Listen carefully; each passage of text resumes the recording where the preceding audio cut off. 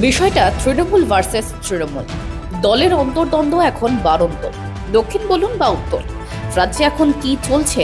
প্রশ্নের উত্তর একটাই, চলছে শুধু তৃণমূলের গোষ্ঠীদ্বন্দ্ব, একেবারে খুল্লাম। মালদায় তৃণমূল নেতা খুনে তৃণমূল নেতার গ্রেফতারি এবার সেই পালে আরো খানিক হাওয়াই দিল বটে। প্রশ্ন হচ্ছে, তাহলে কি গোষ্ঠীদ্বন্দ্ব ঠেকাতে ব্যর্থ তৃণমূল সুপ্রিমো? মালদায় তৃণমূল নেতা খুনে গ্রেফতার হলেন তৃণমূল নেতাই। বছরের শুরুতেই মালদহের ইংরেজবাজার শহরের ঝলঝলিয়ার কাছে খুন হন তৃণমূল কাউন্সিলর দুলাল সরকার। সিসিটিভি ফুটেজে দেখা যায় প্রাণ বাঁচাতে তিনি কারখানায় ঢুকে পড়েছিলেন, কিন্তু শেষ রক্ষা হয়নি। দুষ্কৃতীরা তাকে লক্ষ্য করে এলো পাথারি গুলি চালায়। দুষ্কৃতীদের গুলিতে ঝাঁঝরা হয়ে গিয়েছিলেন তিনি। দুলাল সরকার খুনে তৃণমূল নেতা সহ গ্রেফতার করা হয়েছে আরো দুজনকে।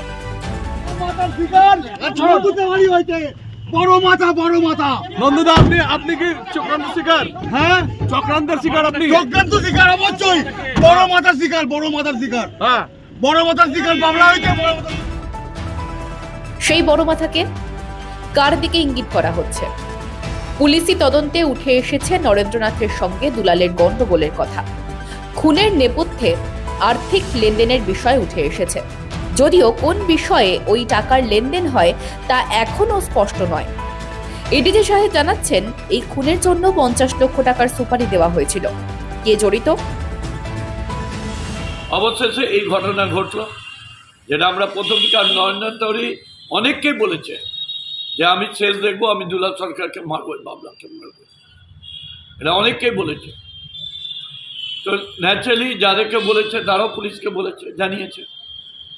প্লাস হচ্ছে এই যে স্বপন শর্মা, এর শৈলেন সরকারের কন্ট্যাক্ট কিলার। শৈলেন সরকার যার উপর রাগ হতো প্রত্যেকটা ঘটনাই এ ঘটাতো। এবং স্বপন শর্মা একটা মারা কেসে আমাকে তো অনেকবার অ্যাটাক করেছিল।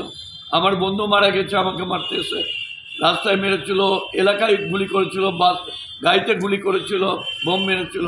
সব ব্যাপারে তখন মমতাদি কিন্তু আসতেন এবং দেখতেন। তার মানে কি স্বপন শর্মা এবং নরেন্দ্রনাথ তিওয়ারি আসল কালপ্রিট, নাকি ওই গোষ্ঠীদ্বন্দ্বের সমীকরণ আরো জটিল এবং অন্য কোনো মাথা জড়িত?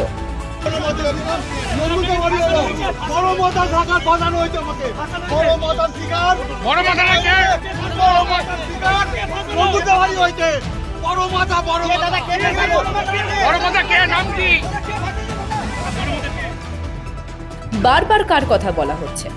কাকে নির্দেশ করছেন নরেন্দ্রনাথ তিওয়ারি? সেও কি তৃণমূল দলেরই কেউ? এসব প্রশ্নের ঊর্ধ্বে যে প্রশ্নটা থেকেই যায়, তা হলো কেন দিন দিন বেড়েই চলেছে তৃণমূলের এই গোষ্ঠীদ্বন্দ্ব, এবং সেটা এই মুহূর্তে কোন পর্যায়ে পৌঁছেছে তা তো আপনারা দেখতেই পাচ্ছেন। তৃণমূল নেতার হাতেই খুন হচ্ছে তৃণমূল নেতা। এখন তৃণমূলের এই নতুন তরজা আবার দেখছি, আমি করিনি, বড় মাথা আছে, ও করেছে, এই ব্যাপারগুলো কিন্তু তৃণমূলই বলতে পারবে।